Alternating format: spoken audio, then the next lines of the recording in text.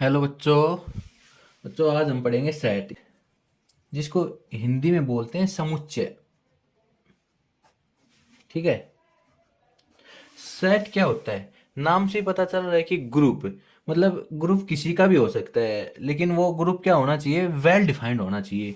जैसे तुम्हारी क्लास में कितने बच्चे हैं, भारत में कितनी नदियां हैं, इस दुकान में कितने फोन हैं, लाइब्रेरी में कितनी बुक हैं, तुम क्लास में कितने लड़के लड़कियां हो, तो ये ग्रुप हो गया है। और कंडीशन लगा दी कि वेल डिफाइंड होना चाहिए। वेल डिफाइंड मतलब कि किसी से भी पूछो सबका सेम ही जवाब आए। ये नहीं कि एक कोई अलग जवाब दे रहा है, कोई अलग जवाब दे रहा है। किसी से भी पूछ, अब मैं पूछूं तुमसे कि तुम्हारी क्लास में कितने बच्चे हैं, सभी का सेम आंसर आएगा। ठीक है। लेकिन अगर मैं पूछूं कितने इंटेलिजेंट बच्चे हैं, तो उसमें सेम जवाब नहीं आएगा सभी का। तो क्या होना चाहिए? वेल डिफाइंड होना चाहिए। मतलब किसी से भी पूछ लो, सबका आंसर सेम आना चाहिए। तो क्या डेफिनेशन हो गई? A set is a well defined collection of objects. ये बोला मैंने, वेल डिफाइंड होना चाहिए। और कलेक्शन ऑफ ऑब्जेक्ट मतलब किसी चीजों का ग्रुप जो वेल डिफाइंड हो ना, उसको ही हम क्या बोलते हैं? सेट बोलते हैं। ठीक है। सेट को कैसे रिप्रेजेंट करते हैं? सेट को हम कैपिटल लेटर से रिप्रेजेंट करते हैं, डिनोट करते हैं। Set denoted by capital letter in curly bracket. करली ब्रैकेट भी बोल दिया, इसको ब्रेसिस भी बोल देते हैं, जिसको ऐसे लिखते हैं। ठीक है। कोई सेट को कैपिटल लेटर से लिखते हैं, और जो उसके एलिमेंट को हम करली ब्रैकेट में लिखते हैं। ठीक है। और एलिमेंट को हम स्मॉल लेटर से लिखते हैं। And its element is denoted bye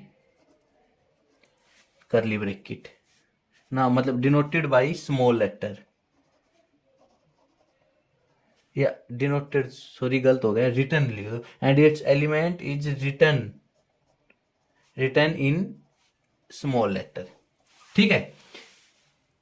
जैसे कोई सेट है ए हमारे पास, ए हो गया, ई हो गया, आई हो गया, ओ यू, वो वुल्स का सेट है हमारे पास। तो ये मैंने स्मॉल लेटर में लिख दिया, और यहाँ पे कैपिटल लेटर लिख दिया। ठीक है। और ब्रेसिस में इसको बंद कर दिया। अब सेट को हम दो तरीके से रिप्रेजेंट कर सकते हैं।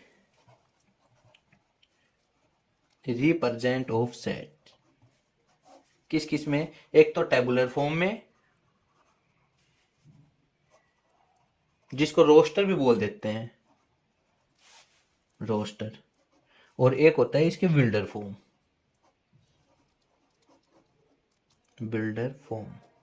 या फिर इसको बोलते हैं रूल मेथड। तो टेबुलर फॉर्म में क्या होता है? जो सेट के एलिमेंट को ना हम या तो हम कोमा से अलग करते हैं, या फिर उसको ब्रेसिस में लिख देते हैं। ठीक है। तो क्या लिख देंगे? All the elements all the elements of a set are written in a pair, या तो पेयर में लिख देंगे, या फिर सेपरेटेड बाई कोमा, या फिर ब्रेसिस से लिख देंगे, enclose with in braces. Example देख लो। कोई सेट है ए हमारे पास, तो इसके एलिमेंट को हमने ये लिख दिया 1 2 3। ठीक है। या फिर इनको कोमा से अलग कर दें, 1 2 3, ये भी कोई सेट हो गया। तो मैंने क्या बताया, टेबुलर फॉर्म में ये है कि किसी को या तो कोमा से लिख दिया हो, कोमा से अलग अलग कर दिया हो, या ब्रेसिस में कर दिया हो, या पेयर में लिख दिया हो, उनको ही क्या बोलेंगे हम? Tabular form. बिल्डर फॉर्म क्या होती है? अगर इन एलिमेंट को हम कोई प्रॉपर्टी से लिख दे, और कंडीशन ये रही उस प्रॉपर्टी में सिर्फ उसी सेट के एलिमेंट आए। अब जैसे हमें ये लिखना है 1 2 3, किस में? बिल्डर फॉर्म में लिखना है, तो कैसे लिखेंगे? कोई ए सेट है x, x such that x belong to natural number, और x is less than equal to 3। तो अब देखो इसमें कौन कौन से एलिमेंट आएंगे, ए सेट में ये कह रहा है एक्स नेचुरल नंबर में बिलोंग कर रहा है, मतलब वन से शुरू होता है, 1 2 3 4 5, लेकिन क्या है लेस देन 3, तो कौन कौन सा आ गया, 1 2 3। ठीक है, तो इसको हमने क्या कर दिया, रूल कोई प्रॉपर्टी से लिख दिया है, तो इसको क्या बोलेंगे, रूल मेथड या फिर बिल्डर फॉर्म। अगर किसी को भी प्रॉपर्टी से लिख देते हैं तो उसको बोलते हैं बिल्डर फॉर्म या फिर रूल मेथड। ठीक है, समझ में आ गया। अब पढ़ेंगे हम type of set. Type of set, type of set में सबसे पहले क्या पढ़ेंगे, फाइनाइट सेट।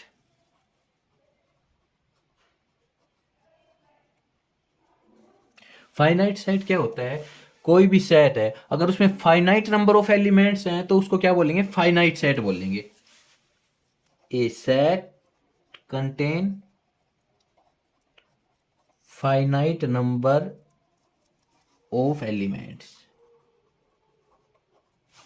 ठीक है, अगर फाइनाइट नंबर ऑफ एलिमेंट रहेंगे तो उसको फाइनाइट सेट। एग्जांपल ए बराबर कुछ ले लो 3 4 5, ये कोई सेट है हमारे पास, इसमें फाइनाइट नंबर ऑफ एलिमेंट हो गए। या मैं बोलूँ आपकी क्लास में कितने बच्चे हैं, ये फाइनाइट हो गया ना, जिसको हम आराम से काउंट कर सकते हैं। ठीक है, तो उसको बोल देंगे फाइनाइट सेट।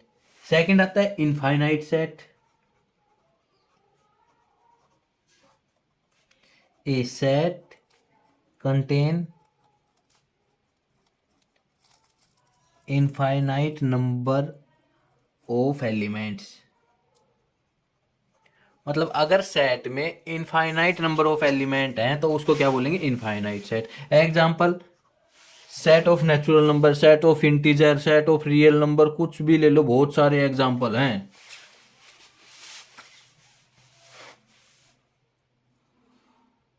एग्जांपल लो, कोई सेट है A, X, X belong to natural number.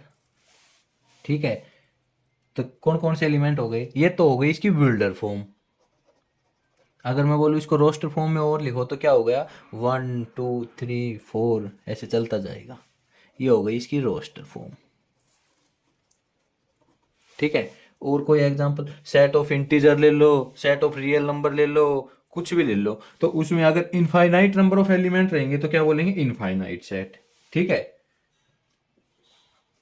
आगे आता है singleton set.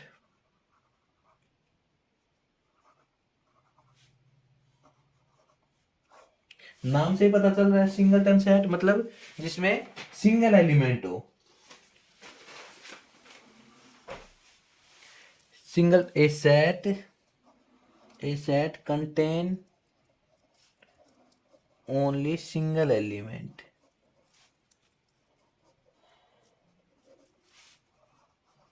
Example,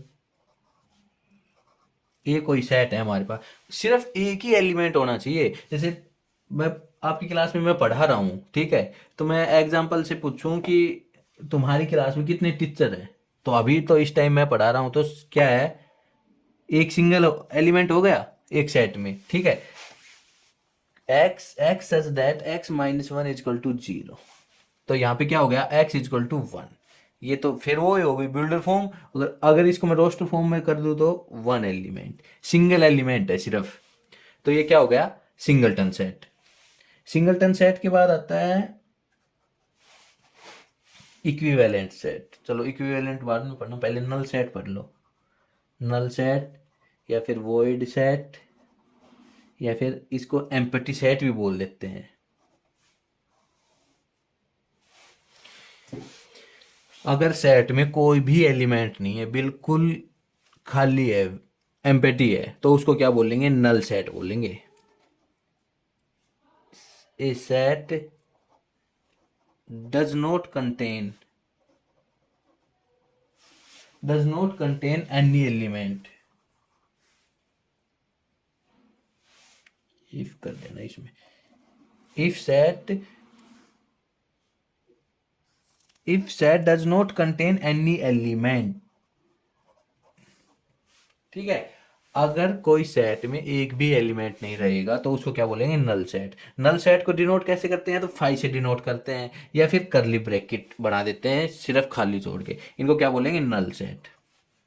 null set का एग्जांपल एग्जांपल ले लो, कोई सेट है ए जिसमें एक्स एलिमेंट हो गया, x such that x square plus में 1 = 0। ठीक है, तो और x किससे बिलोंग कर रहा है, x belong to real number ना, x बिलोंग टू, हाँ रियल नंबर, ठीक है। तो यहां से x की वैल्यू निकालेंगे, x square plus 1 = 0, x = -1, x = -1। तो यहां से x की वैल्यू हमें इमेजिनरी में मिलेंगी आयोटा में, ठीक है, जो कि रियल नंबर से बिलोंग नहीं करता है। तो ये क्या हो गया, a = 5 हो गया, एक भी एलिमेंट नहीं है। एक बात और नोट करने वाली है, अगर कोई सेट ए में ये 0 लिख दिया, अब ये नल सेट नहीं है, ये सिंगलटन सेट हो गया। क्यों, क्यों, इसमें एक एलिमेंट है ना, 0 तो है लेकिन एलिमेंट तो है ना कोई ना कोई। 0 का मतलब ये नहीं कि नल सेट हो गया है, एक एलिमेंट है, तो ये क्या हो गया, सिंगलटन सेट हो गया। सिंगलटन सेट के बाद आता है equivalent set.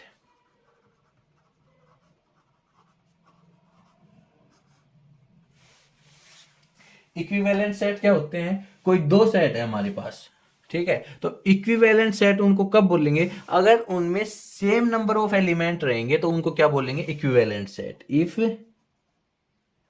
To finite set contain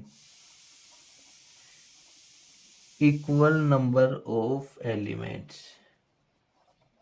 finite set मैंने क्यों लिया है, फाइनाइट सेट, अगर इनफाइनाइट सेट लेंगे तो हमें तो उनमें पता ही नहीं होगा ना कि कितने एलिमेंट हैं, ठीक है, तो हम लेंगे finite set. If two finite set contain equal number of element, अब उसमें क्या है क्या नहीं है वो मैटर नहीं करता, बस सिर्फ क्या ध्यान रखना है आप लोगों को कि इक्वल नंबर ऑफ एलिमेंट हो। जैसे ए कोई सेट है उसमें 3 6 9, ये 3 एलिमेंट है। बी कोई सेट है उसमें है D E D F E, इसमें कितने हो गए, 1 2 3 एलिमेंट हो गए, इसमें 1 2 3, तो ये क्या हो गया, इक्विवेलेंट सेट हो गया। क्यों, इक्वल नंबर ऑफ एलिमेंट है, तो क्या है क्या नहीं वो मैटर नहीं करेगा इनमें। इक्विवेलेंट सेट के बाद आता है इक्वल सेट। इक्वल सेट किसको बोलेंगे, अगर कोई दो सेट हैं और एक के सारे एलिमेंट बी में हैं और बी के सारे एलिमेंट ए में हैं, तो उसको क्या बोलेंगे हम, इक्वल सेट बोलेंगे। ठीक है, देखो, two set A and B are said to be equal set if every element, मैंने बोला ना एक के सारे एलिमेंट बी में हो, if every elements of A contain in B and every elements of B contain in A, अगर एक के सारे एलिमेंट बी में हैं और बी के सारे एलिमेंट ए में हैं तो उसको क्या बोल देंगे हम, इक्वल सेट बोल देंगे। और एक बात और ध्यान रखना है इसमें, अगर वो जैसे रिपीट हो रहे हैं और या फिर आगे पीछे लिखे हुए हैं तो वो हमें कोई मायने नहीं रखता है, रिपीट भी हो सकते हैं आगे पीछे भी लिख सकते हैं। एग्जाम्पल, कोई सेट है ए जिसमें एलिमेंट हो गए हमारे पास A M D F G, ये एलिमेंट हो गए। ठीक है, कोई बी सेट है जिसमें M A D F G, तो अब देखो एक के सारे एलिमेंट बी में और बी के सारे एलिमेंट एम में है ना, तो ये क्या हो गए, ए और बी इक्वल सेट हो गए, A and B are equal set. एक के सारे एलिमेंट बी में है और बी के सारे एलिमेंट ए में है, अब वो रिपीट हो रहे हैं या आगे पीछे लिखे हैं उससे हमें कोई मतलब नहीं, बस एक के सारे बी में होने चाहिए बी के सारे ए में होने चाहिए, तो उसको इक्वल सेट बोलेंगे। अब इक्वल सेट पढ़ लिया, वो इक्विवेलेंट सेट पढ़ लिया, इन दोनों में एक चीज कॉमन है, क्या कॉमन है, ये जो सारे इक्वल सेट हैं, जो भी इक्वल सेट हैं वो सारे इक्विवेलेंट सेट रहेंगे। क्यों? इसमें जितने एलिमेंट होंगे उसमें भी उतने ही एलिमेंट होंगे। All equal set are equivalent set, but all equivalent set are not equal set. समझ में आ गया? इसमें कितने एलिमेंट हैं? 1 2 3 4 5। इसमें एक, ये तो सेम ही है दोनों, 1 2 3 4 5, तो इसमें भी 5 हैं और इसमें भी 5 हैं। इक्वल हो गए तो ये क्या रहेगा? हमेशा इक्विवेलेंट रहेंगे। लेकिन इक्विवेलेंट वाले जरूरी नहीं है कि वो इक्वल रहेंगे। क्यों? अब ये था, ये इक्वल सेट है, इक्विवेलेंट तो है लेकिन इक्वल नहीं है। क्यों? इसके एलिमेंट इसमें नहीं है, इसके एलिमेंट इसमें नहीं है। ठीक है, और कोई एग्जांपल देख लो। कोई सेट है ए जिसमें x such that x square -1 equal to 0 और x belong to real number. कोई बी सेट है जिसमें एलिमेंट रहेंगे -1 0 और 1। ये अब हमें पता करना है ए और बी इक्वल सेट है या नहीं। तो पता करने के लिए हमें क्या करेगा, ये रूल मेथड में लिख रखा है, हम इनको टेबुलर फॉर्म में बनाएंगे कि इसके एलिमेंट इसमें आते हैं और इसके एलिमेंट इसमें आते हैं। तो एक को सोल्व करेंगे तो कौन कौन से एलिमेंट आएगा? x² -1 equal to 0, x equal to 1, x equal to +-1। ठीक है, तो यहाँ क्या आ गया? 1 और -1, दो एलिमेंट आ गए। बी में कौन कौन से एलिमेंट हैं? -1 0 और 1। तो अब देखो, 0 एलिमेंट, 1 तो इसमें है, -1 भी है। ए बी में कंटेन कर रहा है, लेकिन बी क्या ए में कंटेन कर रहा है? 0 एलिमेंट ए में है नहीं है, तो क्या हो गया? A is not equal to B. ठीक है, अब आगे आता है cardinal number.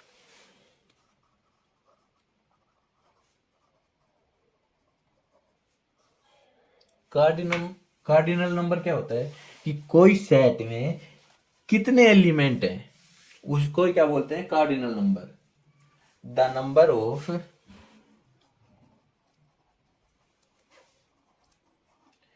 Number of elements in a finite set are called cardinal number.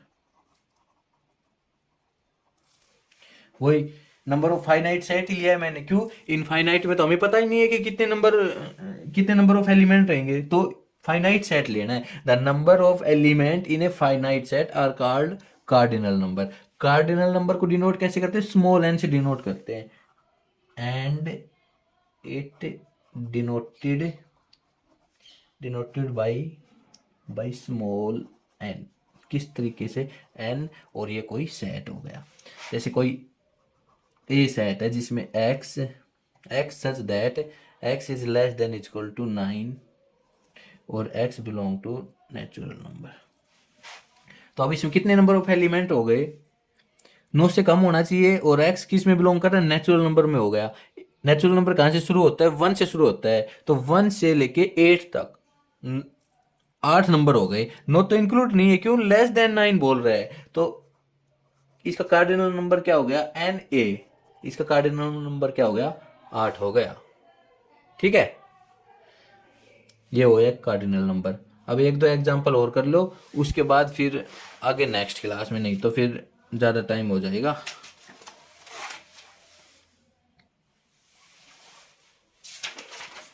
ये एक दो एग्जांपल और कर लेते हैं इसके। ठीक है, तो कह रहा है कि कोई सेट है A, x belong to integer और x less than equal to 4, और b कोई ये सेट है। तो हमें पता करना है कि a is not equal to b, a बराबर b नहीं होगा। तो इसको पता करने के लिए सबसे पहले हमें क्या करना होगा? एक के एलिमेंट a में कौन कौन से एलिमेंट आ रहे हैं और b में कौन कौन से एलिमेंट आ रहे हैं। अगर वो आपस में कंटेन नहीं करेंगे तो सिंपल सी बात है, a is not equal to b हो जाएगा। तो सबसे पहले क्या करेंगे, ए के एलिमेंट निकालेंगे। ए में कौन कौन से element, x square less than equal to 4 हो गया, तो x is less than equal to 2 और -2 ग्रेटर देन। ठीक है, अगर इसको सोल्व करेंगे तो ये आ जाएगा -2 से तो बड़ा होना चाहिए और 2 से क्या होना चाहिए, छोटा होना चाहिए। तो कौन कौन से एलिमेंट आ गए इसमें, -2, -1, 0, 1 और 2। इनइक्वलिटी सोल्व करने का तरीका है ये, आप इनइक्वलिटी में पढ़ोगे कि ये कैसे सोल्व हुआ। बाकी सिंपल सा है, इसमें तो कुछ है भी नहीं। बी क्वाड्रेटिक इक्वेशन है, इसको सोल्व करेंगे तो क्या क्या वैल्यू आ जाएगी, बी में हमारे पास मिलेगा x² - 3x + 2 = 0। ऐसे नंबर बताओ दो जिसका मल्टीप्लाई करने पे तो 2 आए और ऐड करने पे क्या आए, -3 आए। तो इसको सोल्व करेंगे तो 1 और 2 आ जाएगी। अब देखो, ए में तो ये एलिमेंट आ गए, बी में ये एलिमेंट आ गए। ठीक है, ए बी में कंटेन कर रहा है, एक के सारे एलिमेंट बी में आते हैं, नहीं आते। तो क्या हो गया, A is not equal to B. यहाँ से ही आ जाएगा एक्स, कभी समझ में ना आए तो x-2 और x-1,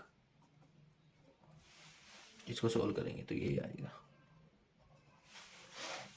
a is not equal to b। ठीक है।